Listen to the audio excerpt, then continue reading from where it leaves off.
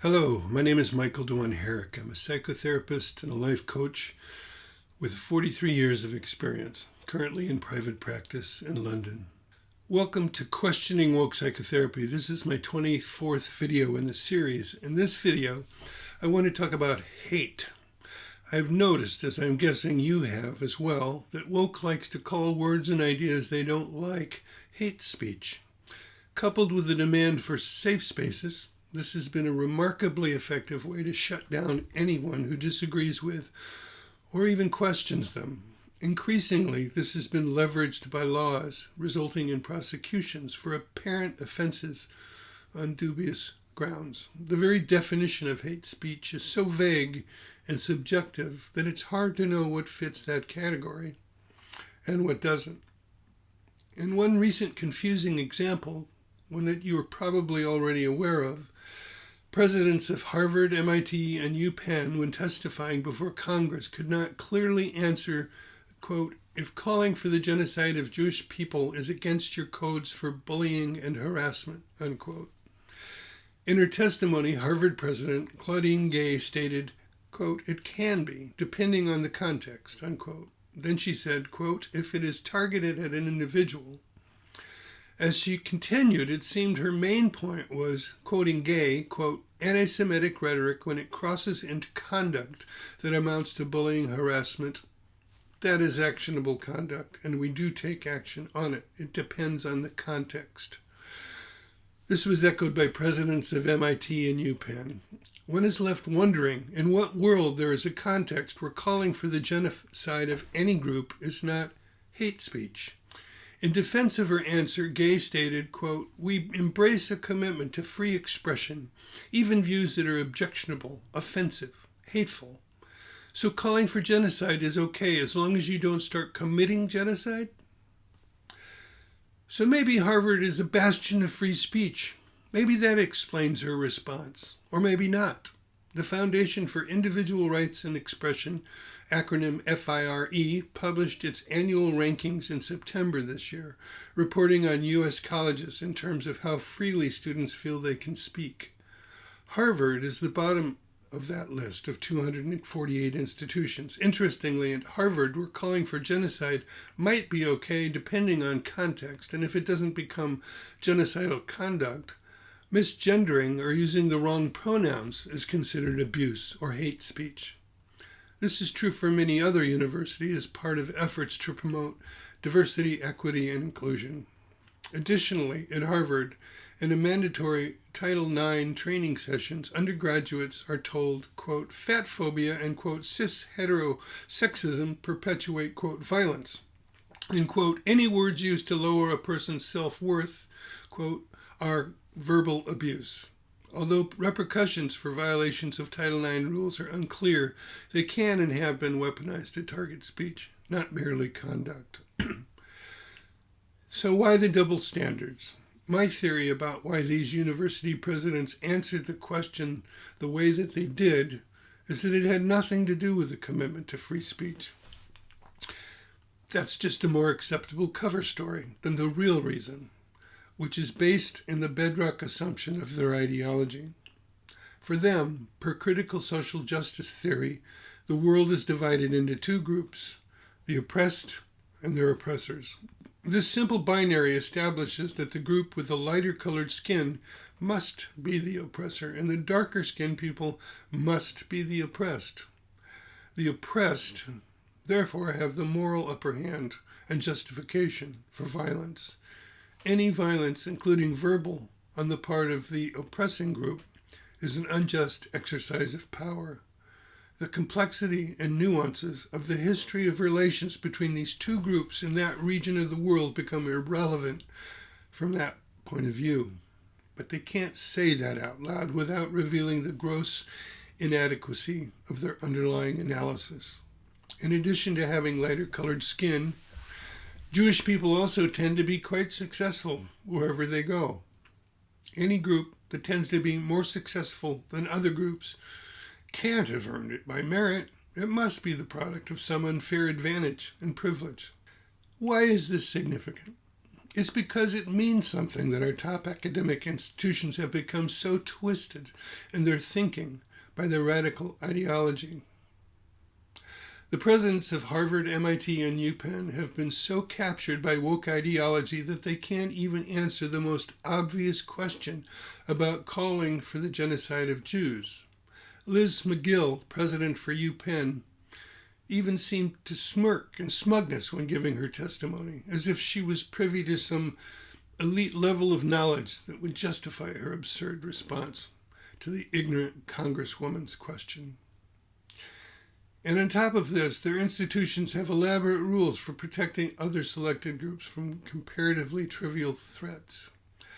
This from the top prestigious universities.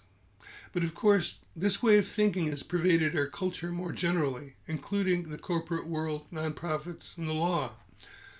These are not canaries in the coal mine. They're elephants in the living room. In other words, they don't represent isolated anomalies. They represent the extent to which woke has captured institutions generally. As far as I'm concerned, being critical of Israelis and sympathetic toward Palestinians is not the main issue. Civil discourse ought to include this point of view. The deeper issue is whether or not civil discourse ought to include calling for the genocide of Jews. It shouldn't. That wouldn't be civil now, would it? Anyone who feels there's a place for it has no grounds for arguing that anything else is hate speech or justifying sanctions against any other form of speech. They have utterly disqualified themselves from any further serious discussions on the matter. Their accusations of hate speech are hollow and meaningless and to be disregarded. While not condemning a call for the genocide of Jews, what do the woke and the law now consider punishable offenses? A fairly recent incident here in the UK involved an autistic adolescent girl who was arrested for telling a female police officer, "You look like my lesbian grandmother." Her grandmother is actually a lesbian. A criminal offense? Really? I'm going to quote a passage from a piece written by Mark Glendenning, who is head of cultural affairs at the Institute of Economic Affairs, and it was posted on their website. The piece is titled "Dictating Words, the Culture Control Left and the War Against Free Speech." This is just to give a flavor for where this weaponization of hate speech is going. Quote, Thames Valley Police have threatened to arrest people using Section 5 of the Public Order Act 1986 for displaying or distributing literature that reproduces the Oxford English Dictionary's definition of woman. Approximately 120,000 incidents have been entered on police databases, often to do with critical or abusive comments made about transgenderism. Some, such as the Scottish feminist activist Marion Millar, have been tried for their political speech and for displaying the suffragette symbol. Other campaigners have been visited by the police and threatened with further legal action unless they desist. In one infamous incident in 2019, a former Humberside policeman, Harry Miller, was confronted by police who told him they were, quote, checking on his thinking after receiving a complaint about a gender-critical post of his on the internet. He was later arrested at the house of Darren Brady, who had likewise been visited and threatened with prosecution under the Communications Act. Brady's alleged offense was causing his victim to feel, quote, anxiety by sharing an image originally tweeted by the actor Lawrence Fox. The image reconfigured the Progress Pride symbol as a swastika. According to Miller, the police told Brady that if he paid a 60-pound fine and agreed to attend an educational course on transgenderism, he could avoid prosecution. Brady refused. The police then arrested him 3 weeks later. So let's examine hate. What is it? According to the Oxford English Dictionary, hate is to feel intense or passionate dislike toward a person or thing, to feel strong animosity toward, to loathe. But let's get more personal about it. Have you ever hated someone? For a moment, bring that person to mind. Remember what it was about that person or what they did to you that caused you to hate them. Remember what you thought about them and how you felt. I can share one experience I had of this when I was in my mid-20s. I had a girlfriend I was deeply in love with, and for 2 years, and I was away on a 3-month meditation retreat. Toward the end of the second month, my girlfriend let me know via the phone that she was pregnant, but not by me. It was by a guy that I knew as an acquaintance. Just to get to the point, I wrangled good and hard with feelings of grief, anger, and yes, hatred every day for the next month in our schedule of 10-hour meditation days. Here's my point. I know what hatred is, not because I can define it, but because I've experienced it. I bet you have too, unless you were born a saint or you have simply been lucky and not been seriously hurt or betrayed by anyone. If you've properly experienced it, you know what it is. And you also know what it is not. Here is what it is not.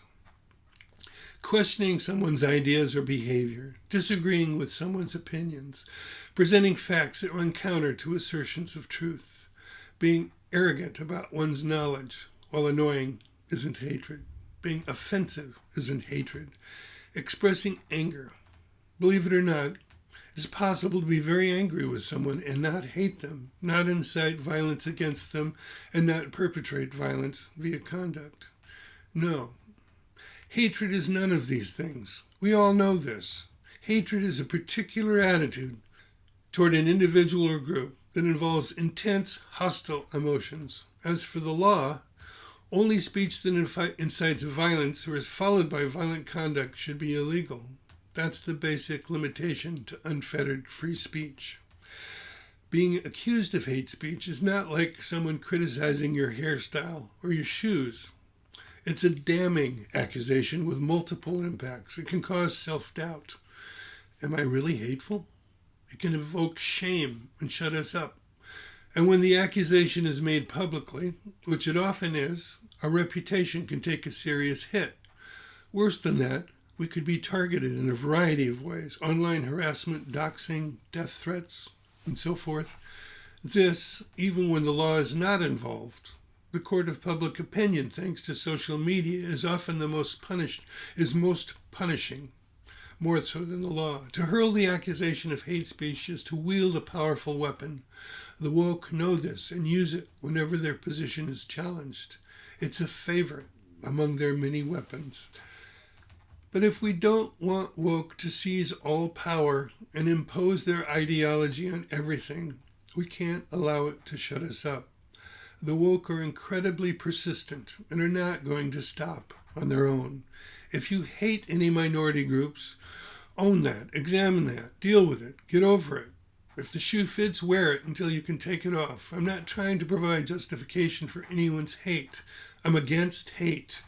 But if you're just trying to know and tell the truth, don't hold back due to false allegations. Speak up. Silence implies agreement, which becomes complicity. Quote, "The only thing necessary for the triumph of evil is for good men to do nothing." Unquote. This is falsely attributed to Edmund Burke. I want to end this video with a quote that is the more likely origin of the idea.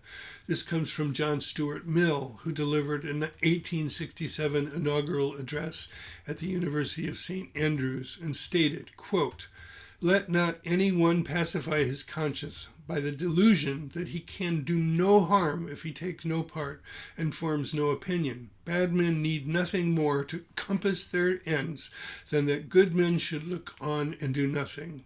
He is not a good man who, without a protest, allows wrong to be committed in his name and with the means which he helps to supply, because he will not trouble himself to use his mind on the subject." Unquote.